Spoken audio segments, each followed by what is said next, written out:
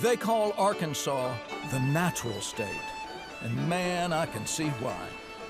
On this episode, I explore the beautiful Ozark Mountains. I get to play music in a spectacular limestone cavern.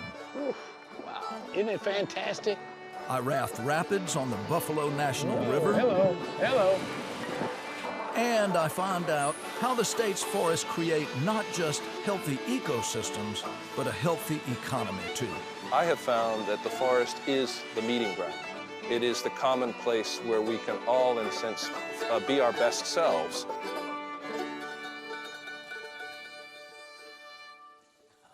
Beautiful. Hi, I'm Chuck Lavelle. You know, in addition to my beautiful family, there are two things that I have a very special interest in and passion for: music and trees. My wife, Rose Lane, and I own and manage our own forest land, Charlane Woodlands, right here in Georgia. And we grow southern yellow pine as well as some other species.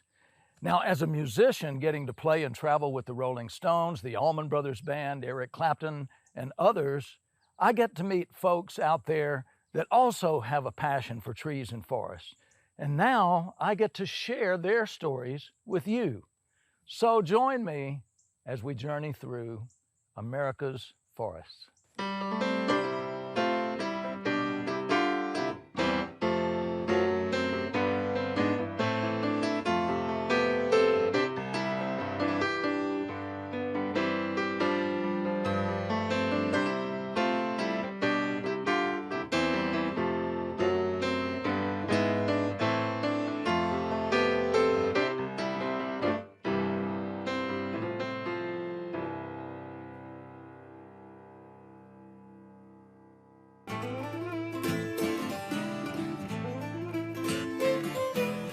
My journey through Arkansas begins in the north, on the Buffalo National River. It's one of the few remaining undammed rivers in the lower 48 states. And while it's beautiful from above, the best way to see it is from the water. That's how I found myself on a raft with Arkansas State Forester Joe Fox and river guide Austin Albers. What you're looking at here as far as this specific area, this is called a Roar Bluff. So Roar Bluff is one of the longest sheer-faced bluffs in mid-America. It's a little bit over a mile long at 220 feet tall. And so this is a beautiful representation of what the Buffalo River has to offer, especially in this region. We've got some of the tallest bluffs in mid-America. We've got some of the tallest waterfalls in mid-America as well. Well, tell me a little bit more about the Buffalo. It's the first nationally protected river in the country. The Buffalo National River was nationally protected in 1972. It spans over 150 miles long, and it was protected from being dammed.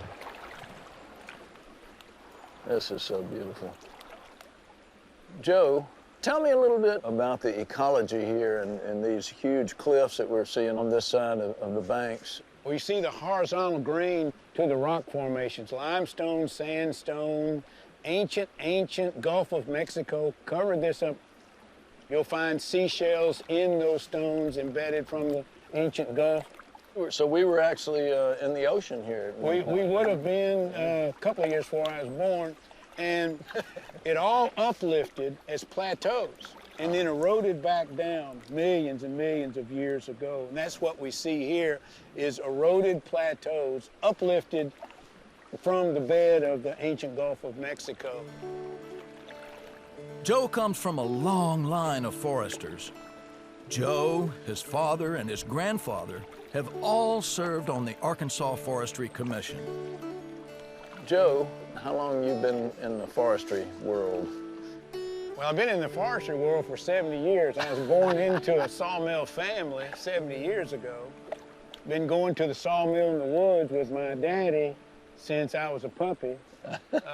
Some of the guys that worked for me later, if I'd get on to them a little bit, said, "Now, Mr. Joe, I carried you across those mud holes." I hear you. So I've been in forestry, in logging, in lumbering as long as I can remember. Went to forestry school 50 years ago. Well, Joe, with all your experience, and here we are floating down this absolutely beautiful river, the Buffalo River, Tell me about some of the diversity of trees that you see here along the banks. We've got beech, we've got maple, sugar maple, we've got sweet gum, we've got black gum, just about anything you need. White oak, very valuable trees, and white oak's used for staves. If you like wine or Scotch whiskey, they're using. I do. Well, they're using trees from Arkansas and Missouri. Yeah. The Ozark white oaks are much treasured by the cooperage business. Okay. And we enjoy providing that for them. I enjoy what comes out of the cooperage business.